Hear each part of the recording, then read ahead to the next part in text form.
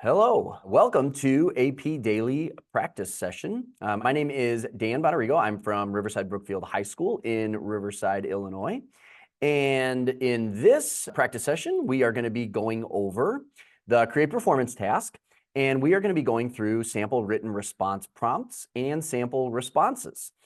Now, it's important to note that these practice questions and sample responses are for illustrative purposes only.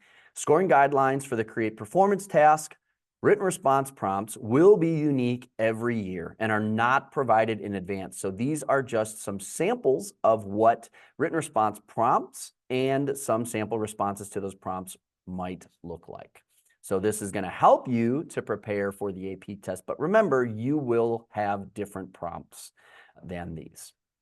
All right, so let's get into our first one. And just a reminder, I'm going to be referencing the PPRs, the personalized project references that were created in the previous video. All right, so let's take a look at this first set of prompts. This is for written response 2A, 2B, and 2C. So I'll be doing a different written response prompt for each one of these.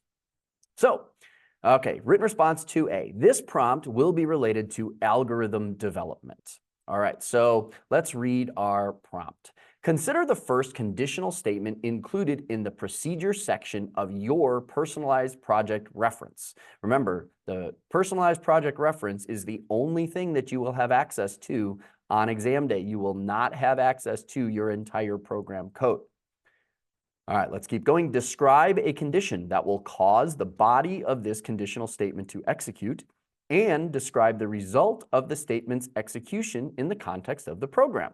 All right, so our first program was the pet recommender program. All right, so this is right off of the PPR. All right, and so this is the procedure that was identified. And so we are looking for, it says, a condition that will cause the body of the conditional statement to execute, right? But very important, it says consider the first conditional statement. And so we are looking for the first conditional statement. So you want to make sure that you are talking about the first one. Don't talk about later ones, talk about the first one. All right, so you see if input equals A, points equals points plus 1. And so that's what we're going to be looking at, right? So describe a condition that will cause the body of this conditional statement to execute. All right, and then describe the result in the context of the program. All right, so here is a sample written response. The if input equals A condition will be true when the user answers a question with the answer choice A, and the user's input is passed into the point calc procedure as an argument. As a result, the user selecting A, the global variable points is incremented by 1. The points variable is used to calculate the total points from the user's responses, which in turn is used to output the suggested personalized pet. All right, and so we want to make sure that all of those elements are included, right? So we're talking about the first conditional, yes. Okay, so answer choice A, yes. The points is incremented by 1, yes. All right, and then it outputs the suggested personalized pet. So remember, this is in the context of the program. All right, and so what are the scoring guidelines for this? So the response describes a specific value, which it does, or a range of values that cause the first conditional to be true, and describes the result of the statement's execution in the context of the program. All right, now note the response must refer to the first conditional statement and be accurate and consistent with the student's program. All right, so also note if no conditional statement appears in the procedure identified in the PPR, this point cannot be earned. All right, so first criteria met, second criteria met, so this would be an example of a response that does earn the points. All right, next, same prompt, but now we're talking about the next one, which was the maze game. All right, so we see this here, this procedure, all right, and now we want to look at this if statement, right? This is the first conditional, so if difficulty equals easy or difficulty equals hard.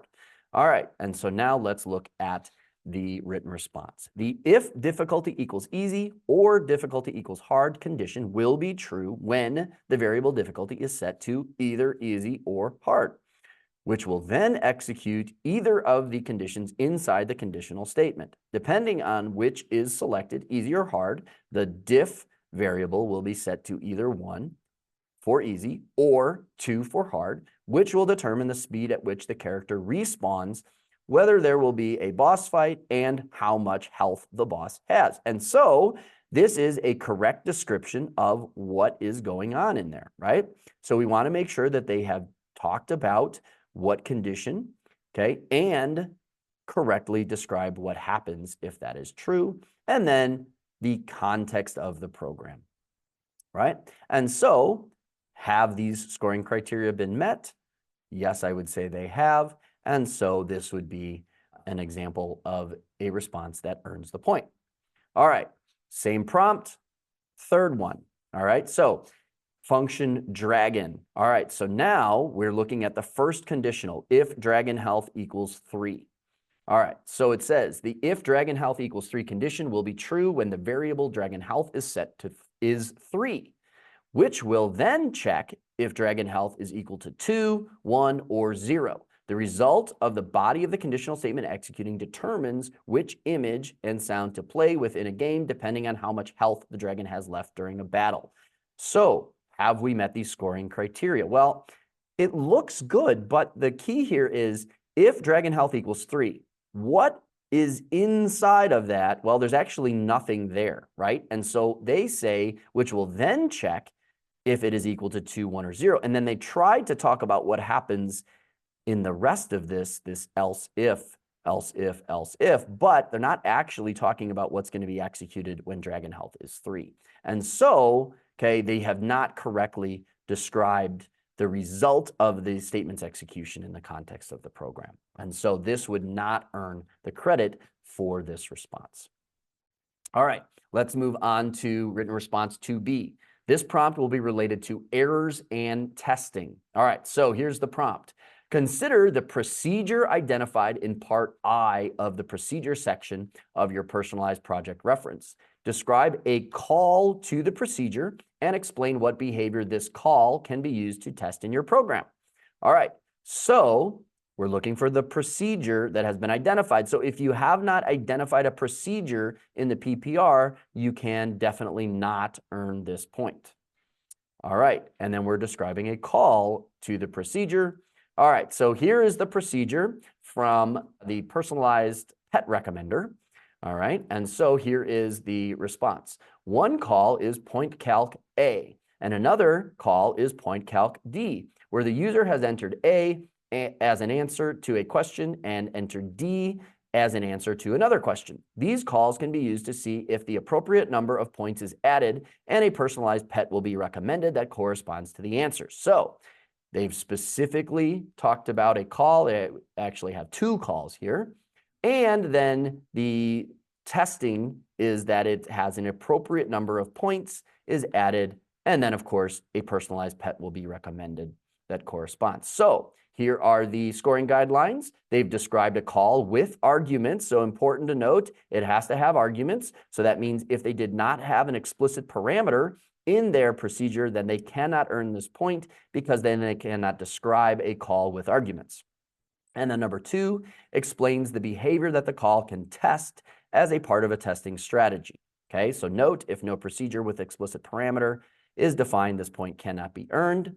And the response must correctly refer to the identified procedure and must be accurate, plausible, and consistent with the program. So this response does earn the point because it has met the scoring criteria. All right, let's take a look at the next one. This is in reference to the maze game. So here's the procedure. All right, same prompt. All right, and so let's take a look at this written response. One call is difficulty answer easy, where the user has answered easy to the question, what difficulty do you wish for? These calls can be used to make sure that when easy is the answer, that the spawn is moving slowly and there are no boss fights. All right, so that's in the context of the program, and they have described a specific call, difficulty answer easy.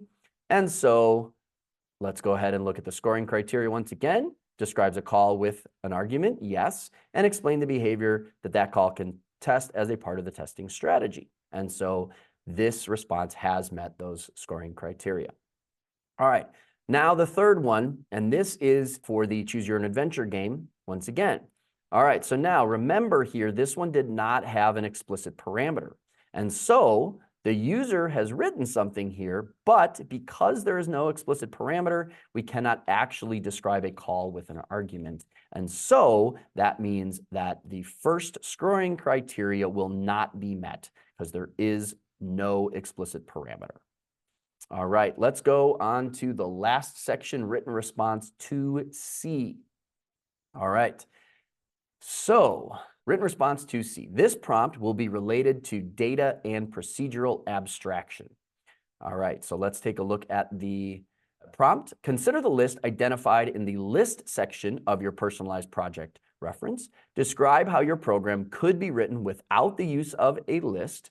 If it is not possible for your program to work without the use of a list, describe how your program's functionality would be limited.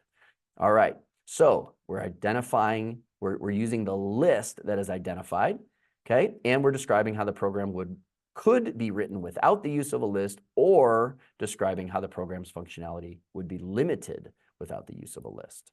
All right, so this is for the pet recommender program. All right, so it says yes list, and then if answer is in yes list. So let's read this answer. The yes list is a list of possible answers that the user could type in as a way to say yes if they want a personalized pet. If they answer any of the words in the list, the program will proceed to give them more questions to determine their personalized pet.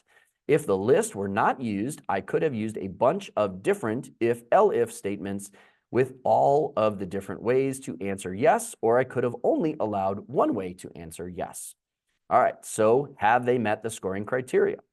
They've described a plausible way to rewrite the program without the use of a list, yes, or they've described the limitations to the program's functionality if a list were not used. So this response actually meets both of those, even though it's an or statement. They didn't have to meet both, but they have. So this would be an example of a response that earns the point.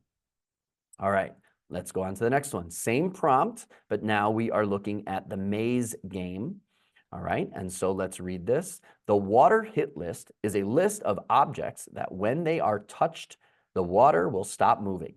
If I were to write the program without the use of the list, I would not be able to use the contains true block, and instead would have to use a number of if statements to determine if any one of the objects are touching the water. So, has the response met these scoring criteria? So, describes a plausible way to rewrite the program without the use of a list, or describes the limitations to the program's functionality. So, turns out that this response does describe a plausible way to rewrite the program without the use of a list. They do not have to achieve both of these in order to earn the point. All right, so important to note, if no list is identified in the PPR, this point cannot be earned, right? But they do have a list, and so we can earn this point. All right, let's go on to our last one, okay? Same prompt, but now we are looking at the Choose Your Own Adventure game. All right, so the stats list is a list that holds the player's strength, intelligence, and harmony. If I did not use this list, I would have to use 3 different variables to hold each of the values in the list. So, have they described a plausible way to rewrite the program? Or have they described the limitations to the program's functionality if a list were not used? Well, they did describe a plausible way to rewrite the program. Now, important to note that this list was used in a trivial fashion. And so this would not earn the point for the program code as mentioned in the previous video, but it could still earn this point because they have correctly described a way to rewrite the program without the use of a list. All right, so that is our last one. So thank you so much and good luck on your AP test.